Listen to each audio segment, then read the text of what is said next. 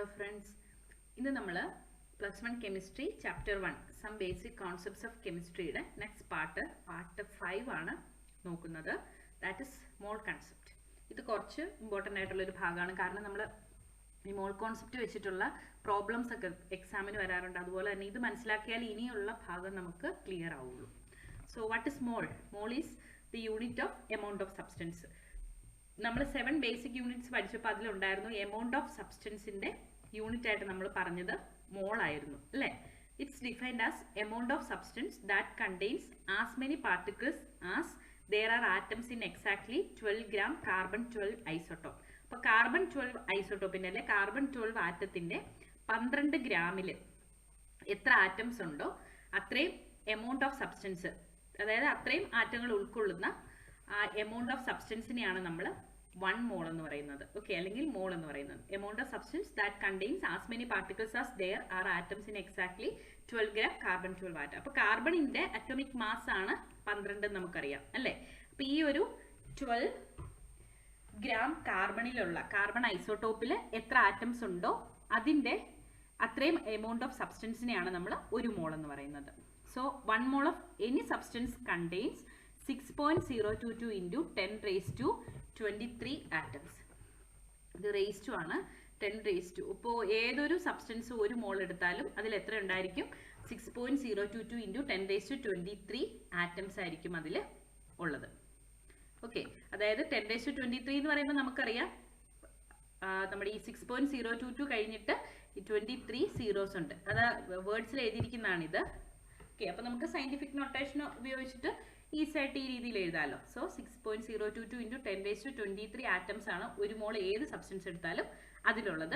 ഈ നമ്പറിനെയാണ് നമ്മൾ Avogadro number എന്ന് പറയുന്നത്. ഓക്കെ, അപ്പോൾ 6.022 into 10 raised to 23 ആറ്റംസ് അല്ലെങ്കിൽ പാർട്ടിക്കിൾസ് ഉള്ള ഈ ഒരു നമ്പറിനെയാണ് നമ്മൾ അവോഗാഡ്രോ നമ്പർ അല്ലെങ്കിൽ അവോഗാഡ്രോ കോൺസ്റ്റന്റ് എന്ന് പറയുന്നത്. അപ്പോൾ 1 മോൾ ഏത് സബ്സ്റ്റൻസ് എടുത്താലും അതിലുള്ള ആറ്റംസിന്റെ എണ്ണം എത്ര ആയിരിക്കും? 6.022 into 10 raised to 23 ആയിരിക്കും. അപ്പോൾ നമ്മൾ 1 മോൾ ഹൈഡ്രജൻ ആണ് എടുക്കുന്നതെങ്കിൽ അതിലുള്ള ആറ്റംസ് എത്രയായിരിക്കും?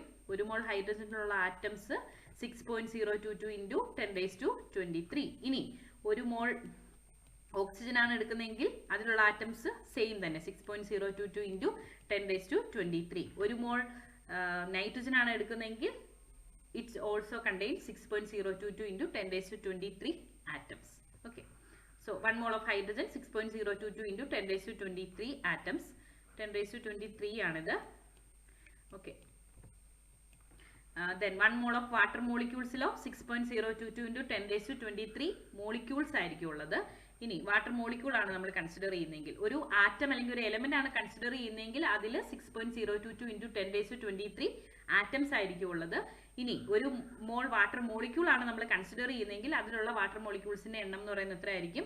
6.022 into 10 raised to 23 water molecules ആയിരിക്കും ഉള്ളത് 1 മോൾ വാട്ടർ നമ്മൾ കൺസിഡർ ചെയ്യുമ്പോൾ.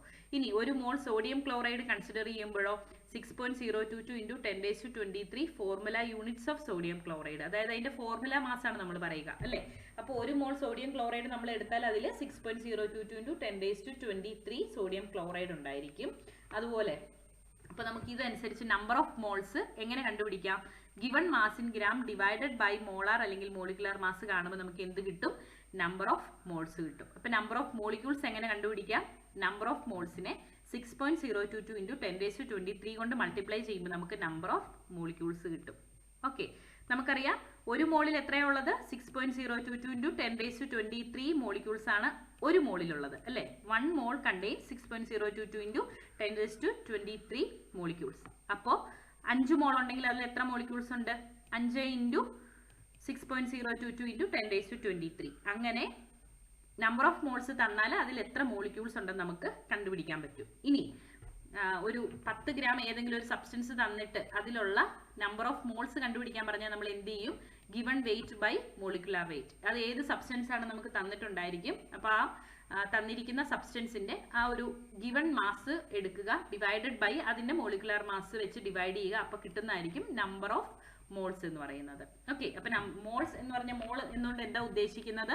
6.022 into 10 raised to 23 ആറ്റത്തിന്റെ അല്ലെങ്കിൽ 6.022 into 10 raised to 23 molecules contain ചെയ്തിരിക്കുന്ന ആ ഒരു എമൗണ്ട് ഓഫ് സബ്സ്റ്റൻസിനെയാണ് നമ്മൾ എന്ത് പറയുന്നത്, മോൾ എന്ന് പറയുന്നത്. അപ്പോൾ നമ്മൾ ഒരു മോൾ വാട്ടർ എടുത്തിട്ടുണ്ടെന്ന് പറഞ്ഞാൽ അതിനർത്ഥം എന്താണ്? ആ ഒരു കണ്ടെയ്നറിൽ ഒരു മോൾ വാട്ടർ എടുത്തിട്ടുണ്ടെന്ന് പറഞ്ഞാൽ അതിനർത്ഥം ആ കണ്ടെയ്നറിനകത്ത് 6.022 × 10⁻23 മോളിക്യൂൾസ് ഓഫ് വാട്ടർ ഉണ്ടെന്നാണ് അതിനർത്ഥം. ഓക്കെ, ഒരു മോൾ വാട്ടർ എന്ന് പറയുമ്പോൾ എത്രയുണ്ട്? 6.022 × 10⁻23 മോളിക്യൂൾസ് ആർ ദെയർ. കാരണം നമ്മൾ കൺസിഡർ ചെയ്യുന്നത് വാട്ടർ ആയതുകൊണ്ട് വാട്ടറിൽ മോളിക്യൂൾസ് ആണുള്ളത്. അപ്പോൾ എത്രയുണ്ട്? 6.022 × 10⁻23 മോളിക്യൂൾസ് ഉണ്ട്. ഓക്കെ, ഇനി നമ്മൾ ഒരു മോൾ കാർബൺ ഡൈ ഓക്സൈഡ് എടുത്താൽ അതിനർത്ഥം എന്താണ്? ഒരു മോൾ കാർബൺ ഡൈ ഓക്സൈഡ് ആണ് നമ്മൾ ഒരു കണ്ടെയ്നറിൽ എടുക്കുന്നതെങ്കിൽ അത് എത്രയുണ്ട്? 6.022 × 10⁻23 particles or molecules of carbon dye ഓക്സൈഡ് ആണ് അതിൽ ഉള്ളത്. ഇനി മോളാർ മാസ്. മോളാർ മാസും നമ്പർ ഓഫ് മോൾസ് അല്ലെങ്കിൽ ഈ ഒരു അവോഗാഡ്രോ നമ്പറും തമ്മിലുള്ള ബന്ധം. മോളാർ മാസ് എന്ന് പറയുന്നത് മോളിക്യൂളിന്റെ മാസ് ആണെന്ന് നമുക്കറിയാം. Mass of 1 mole of a substance in gram is called its molar mass. അപ്പോൾ മോളാർ മാസ് എന്ന് പറയുന്നത് എന്താണ്? അല്ലെങ്കിൽ gram molecular mass. Molecular mass എന്ന് പറയുന്നത് മോളിക്യൂളിന്റെ മാസ് ആണ്. ഗ്രാമിൽ നമ്മൾ ഈ മോളിക്കുലാർ മാസ് എക്സ്പ്രസ് ചെയ്യുക എന്നുകൊണ്ട് എന്താ ഉദ്ദേശിക്കുന്നത്? ഒരു മോൾ ഓഫ് ഏത് സബ്സ്റ്റൻസ് എടുത്താലും അതിന്റെ എത്ര ഗ്രാം ഉണ്ടോ അതാണ് മോളിക്കുലാർ മാസ് എന്ന് പറയുന്നത്. The molar mass in grams is numerically equal to molecular mass in atomic mass units. So ഒന്നുമില്ല, നമ്മൾ ഒരു മോൾ ഏതെങ്കിലും ഒരു സബ്സ്റ്റൻസ് എടുത്താൽ, ഒരു മോൾ ഏതൊരു സബ്സ്റ്റൻസ് എടുത്താലും അതിലുള്ള നമ്പർ ഓഫ് പാർട്ടിക്കിൾസ് എന്ന് പറയുന്നത് എത്രയായിരിക്കും? 6.022 × 10⁻23 ആയിരിക്കും. ഓക്കെ, ഇനി അതിന്റെ മാസ് എന്ന് പറയുന്നത് എത്രയായിരിക്കും? അതിന്റെ മാസ് എന്തായിരിക്കും? ആ സബ്സ്റ്റൻസ് ഏത് സബ്സ്റ്റൻസ് ആണോ എടുക്കുന്നത് അതിന്റെ മോളാർ മാസ് അല്ലെങ്കിൽ മോളിക്കുലാർ മാസിന് ഈക്വൽ ആയിരിക്കും ആ സബ്സ്റ്റൻസിന്റെ മാസ് എന്ന് പറയുന്നത്. ഓക്കെ, അതിനെ നമ്മൾ ഗ്രാമിലാണ് എക്സ്പ്രസ് ചെയ്യുക. അതുകൊണ്ട് നമ്മൾ അതിനെ ഗ്രാം മോളാർ മാസ് അല്ലെങ്കിൽ ഗ്രാം മോളിക്കുലാർ മാസ് എന്നും പറയാറുണ്ട്. ഓക്കെ, അപ്പൊ ഇത്രയേ ഉള്ളൂ. ഒരു മോൾ എന്ന് പറഞ്ഞാൽ എന്താ ഉദ്ദേശിക്കുന്നത്? 6.022 × 10⁻23 പാർട്ടിക്കിൾസിന്റെ എമൗണ്ട് എത്രയുണ്ടോ, എമൗണ്ട് ഓഫ് സബ്സ്റ്റൻസ് നമ്മൾ എക്സ്പ്രസ് ചെയ്യുന്ന യൂണിറ്റ് ആണല്ലോ മോള്. അപ്പൊ 6.022 × 10⁻23 എന്ന ആ ഒരു അത്രയും എണ്ണം ആറ്റംസ് അല്ലെങ്കിൽ മോളിക്യൂൾസിന്റെ ആ ഒരു എമൗണ്ട് ആണ് നമ്മൾ ഒരു മോൾ എന്ന് പറയുന്നത്. ഈ ഒരു മോൾ സബ്സ്റ്റൻസിന്റെ മാസ് എത്രയാണെന്ന് ചോദിച്ചാൽ എത്രയാണ്? ആ കറസ്പോണ്ടിങ് മോളിക്യൂളിന്റെ മോളിക്കുലാർ മാസ് ആണ് ഒരു മോൾ എന്നതുകൊണ്ട് ഉദ്ദേശിക്കുന്നത്. ഇപ്പൊ സിമ്പിൾ എക്സാമ്പിൾ പറഞ്ഞാൽ ഓക്സിജന്റെ കേസിൽ മോളാർ മാസ് ഓഫ് ഓക്സിജൻ എന്ന് പറയുന്നത് എത്രയാണ്? 32 ഗ്രാം ആണ്. ഓക്കെ, അതായത് ഓക്സിജൻ മോളിക്യൂളിന്റെ മോളിക്കുലാർ മാസ് എത്രയാ? നമുക്കറിയാം, 16 × 2 32 ആണ് അല്ലേ? അപ്പോൾ ഓക്സിജന്റെ മോളാർ മാസ് എത്രയാണെന്ന് ചോദിച്ചാൽ എത്രയാണ്? 32 ഗ്രാം ആണ്. ഓക്കെ, അറ്റോമിക് അല്ലെങ്കിൽ മോളിക്കുലാർ മാസ് ഗ്രാമിൽ എക്സ്പ്രസ് ചെയ്യുന്നതാണ് ഗ്രാം മോളിക്കുലാർ മാസ് അല്ലെങ്കിൽ മോളാർ മാസ്. അത് 32 ഗ്രാം ആണ്. അപ്പൊ 32 ഗ്രാം ഓക്സിജൻ നമ്മൾ കൺസിഡർ ചെയ്താൽ അതിൽ എത്ര ഓക്സിജൻ മോളിക്യൂൾസ് ഉണ്ടായിരിക്കും? 6.022 × 10⁻23 ഓക്സിജൻ മോളിക്യൂൾസ് ഉണ്ടായിരിക്കും. ഇതിനെ നമുക്ക് ഒരു മോൾ എന്ന് എക്സ്പ്രസ് ചെയ്യാനും പറ്റും. ഓക്കെ, അപ്പോൾ ഒരു മോൾ ഓക്സിജൻ എടുത്താൽ അതിനകത്ത് 6.022 × 10⁻23 മോളിക്യൂൾസും ഉണ്ടായിരിക്കും. അതിന്റെ മാസ് എന്ന് പറയുന്നത് ആ മോളിക്യൂളിന്റെ മോളാർ മാസിന് ഈക്വലന്റ് ആയിരിക്കും. അതെന്ന് ഇപ്പോൾ ഓക്സിജന്റെ കേസിൽ 32 ആണ്. ഇനി ഹൈഡ്രജന്റെ കേസിൽ മോളാർ മാസ് എത്രയാണ്? 2 ഗ്രാം ആണ്. ഹൈഡ്രജൻ മോളിക്യൂള് H2 ആണ്. അപ്പോൾ ഒരു ഹൈഡ്രജന്റെ അറ്റോമിക് മാസ് 1 ആണ്. 2 ഹൈഡ്രജൻ ഉള്ളതുകൊണ്ട് 2 യൂണിറ്റ് ആണ് അതിന്റെ മോളിക്കുലാർ മാസ് എന്ന് പറയുന്നത് അല്ലേ? അത് ഗ്രാമിൽ എക്സ്പ്രസ് ചെയ്യുന്നതാണ് ഗ്രാം മോളിക്കുലാർ മാസ് അല്ലെങ്കിൽ മോളാർ മാസ്. ഒന്നുമില്ല, 2 യൂണിറ്റ് എന്നുള്ളത് നമ്മൾ 2 ഗ്രാം ആക്കുന്നു, അത്രേ ഉള്ളൂ. ഇതാണ് ഗ്രാം മോളിക്കുലാർ മാസ്. ഇനി 2 ഗ്രാം ഹൈഡ്രജൻ എടുത്താൽ അതിൽ എത്ര മോളിക്യൂൾസ് ഉണ്ടായിരിക്കും? 2 ഗ്രാം ഹൈഡ്രജൻ എന്ന് പറയുന്നത് തന്നെയാണ് ഒരു മോൾ ഹൈഡ്രജൻ. ഒരു മോൾ എന്ന് പറയാൻ കാരണം ആ മോളിക്യൂളിന്റെ മോളാർ മാസ് അല്ലെങ്കിൽ മോളിക്കുലാർ മാസിന് ഇക്വലന്റ് ആയിട്ടുള്ള ആ എമൗണ്ടിനെ തന്നെയാണ് നമ്മൾ ഒരു മോൾ എന്ന് പറയുന്നത്. അപ്പൊ 2 ഗ്രാം ഹൈഡ്രജൻ എടുത്താൽ അത് ഹൈഡ്രജന്റെ മോളിക്കുലാർ മാസ് ആയതുകൊണ്ട് ഹൈഡ്രജന്റെ കേസിൽ അത് ഒരു മോൾ ഹൈഡ്രജൻ ആണ്.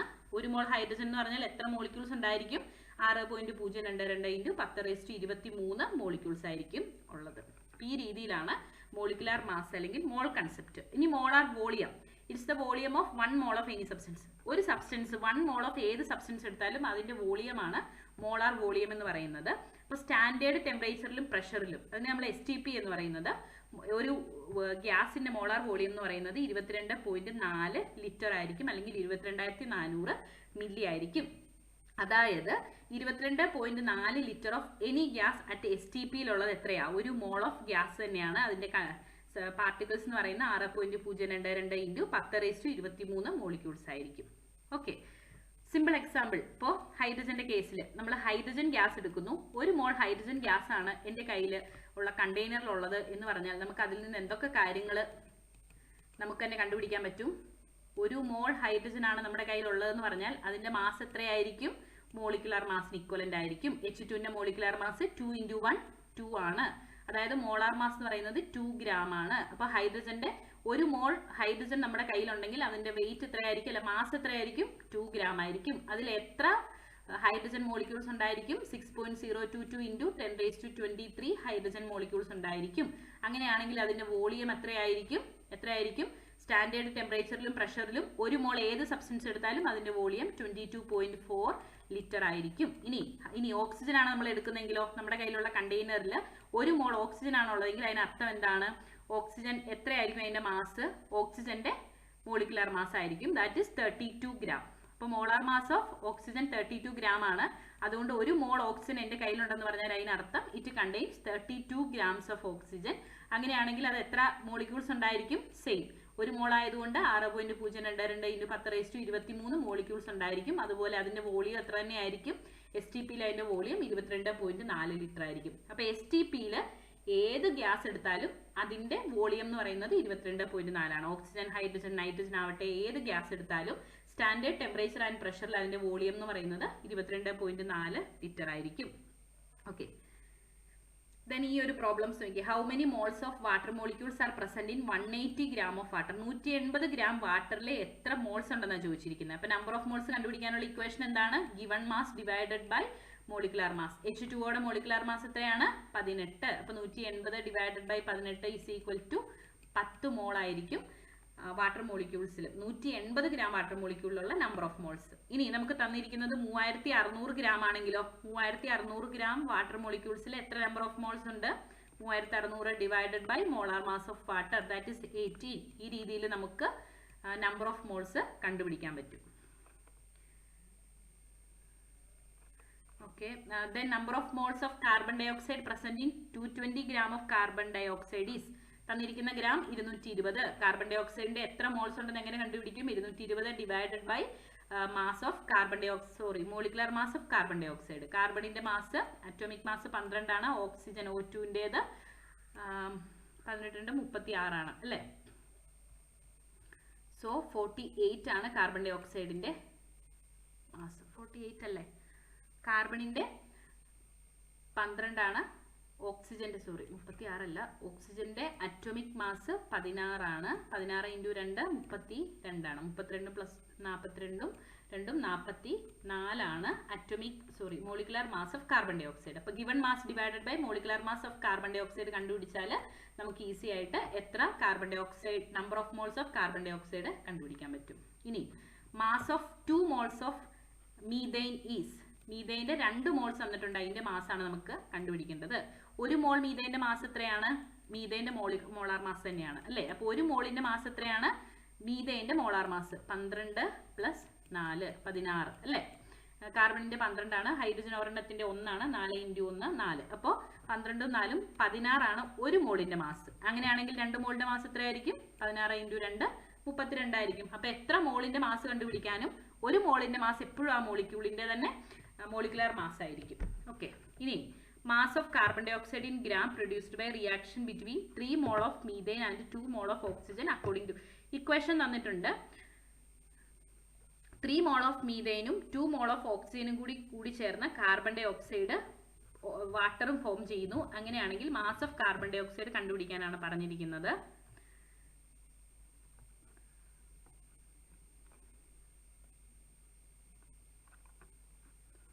ഓക്കെ, എങ്ങനെ കണ്ടുപിടിക്കുന്നത്? Mass of carbon dye oxide in gram produced by reaction between 3 mole of methane and 2 mole of oxygen according to the equation.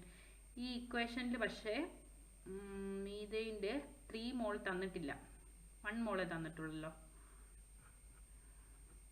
ഓക്സിജന്റെ എണ്ണം ഇവിടെ 4 ആണ്, ഓക്സിജന്റെ എണ്ണം ഇവിടെ 2 ആണ്, ഇവിടെ ഓക്സിജന്റെ എണ്ണം 2 ആണ്. 4, ഓക്സിജന്റെ എണ്ണം 4, കാർബണിന്റെ എണ്ണം കറക്റ്റ് ആണ്. അപ്പോൾ നമുക്ക് ഈ ഉള്ളത് വെച്ചിട്ട് കണ്ടുപിടിക്കാം. Methane plus 2 mole of oxygen, മീഥെയിനും ഓക്സിജനും കൂടി ചേർന്ന് കാർബൺ ഡൈ ഓക്സൈഡും വാട്ടറും ഫോം ചെയ്തിരിക്കുന്നു. അപ്പോൾ ഒരു മോൾ മീഥേനാണ് ഈ റിയാക്ഷനിലുള്ളത് അല്ലേ. അപ്പോൾ ഒരു മോൾ മീഥേനും 2 മോൾ ഓക്സിജനും ചേർന്ന് ഇവിടെ ഫോം ചെയ്തിരിക്കുന്ന എത്ര മോൾ കാർബൺ ഡൈ ഓക്സൈഡ് ആണ്? 1 മോൾ കാർബൺ ഡൈ ഓക്സൈഡ് ആണ് അല്ലേ. അപ്പോൾ 1 മോൾ മീഥേനിൽ നിന്ന് പ്രൊഡ്യൂസ് ചെയ്യുന്ന കാർബൺ ഡൈ ഓക്സൈഡ് എത്രയാണ്? 1 മോൾ ആണ്. അങ്ങനെയാണെങ്കിൽ 3 മോൾ മീഥേനിൽ നിന്ന് പ്രൊഡ്യൂസ് ചെയ്യുന്ന കാർബൺ ഡൈ ഓക്സൈഡ് എത്രയായിരിക്കും? 3 മോൾ തന്നെ കാർബൺ ഡൈ ഓക്സൈഡ് ആയിരിക്കും അല്ലേ. 3 മോൾ കാർബൺ ഡൈ ഓക്സൈഡിന്റെ വെയിറ്റ് എത്രയാണ്? 1 മോൾ കാർബൺ ഡൈ ഓക്സൈഡിന്റെ മാസ് എത്രയാണ്? 1 മോളുടെ മാസ് കാർബൺ ഡൈ ഓക്സൈഡിന്റെ മോളിക്കുലർ മാസ് തന്നെയാണ്. അത് 44 ആണ്, നമ്മൾ ഓൾറെഡി കണ്ടിരുന്നു അല്ലേ. അപ്പൊ 3 മോളിന്റെ മാസ് എത്രയാണ്? 3 × 44. അപ്പൊ ഇതായിരിക്കും molecular mass of 3 mole methane react ചെയ്ത് കിട്ടുന്ന കാർബൺ ഡൈ ഓക്സൈഡിന്റെ മാസ്. അടുത്തത് number of atoms in 1.4 gram ഓഫ് nitrogen gas is. Atomic mass of nitrogen കൊടുത്തിട്ടുണ്ട്. അങ്ങനെയാണെങ്കിൽ നൈട്രജൻ ഗ്യാസിന്റെ നമ്പർ ഓഫ് ആറ്റംസ് ആണ് കണ്ടുപിടിക്കേണ്ടത്. നമ്പർ ഓഫ് ആറ്റംസ് കണ്ടുപിടിക്കാൻ എന്താ ചെയ്യേണ്ടത്? ഇവിടെ ആകെ തന്നിരിക്കുന്നത് ഗിവൺ മാസ് മാത്രമേ തന്നിട്ടുള്ളൂ അല്ലേ. അപ്പൊ നമുക്ക് നമ്പർ ഓഫ് മോൾസ് കണ്ടുപിടിക്കാമല്ലോ. Number of moles is equal to given mass divided by molecular mass ആണ് അല്ലേ. അപ്പൊ 1.4 ഡിവൈഡഡ് ബൈ 14 ചെയ്യുമ്പോൾ നമുക്ക് എന്ത് കിട്ടും? ഇതിന്റെ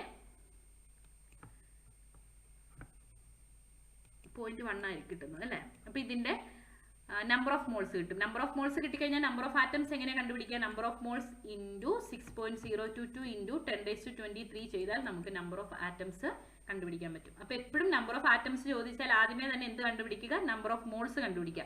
നമ്പർ ഓഫ് മോൾസ് കണ്ടുപിടിക്കാൻ ഇവിടെ തന്നിരിക്കുന്നത് മാസ് തന്നിട്ടുണ്ട്, അതുപോലെ തന്നെ അറ്റോമിക് മാസ് ഓൾറെഡി തന്നിട്ടുണ്ട്. അപ്പോൾ ഗിവൺ മാസ് ഡിവൈഡഡ് ബൈ, ഇവിടെ ഈ നൈട്രജൻ ആറ്റത്തിന്റെ കേസിലായതുകൊണ്ടാണ് അറ്റോമിക് മാസ് തന്നിരിക്കുന്നത്. അപ്പോൾ given mass divided by atomic mass ചെയ്യുന്നു. നമുക്ക് കിട്ടുന്നതിനെ 6.022 ഇൻറ്റു 10⁻23 കൊണ്ട് ഡിവൈഡ് ചെയ്യുന്നു. ഓക്കെ.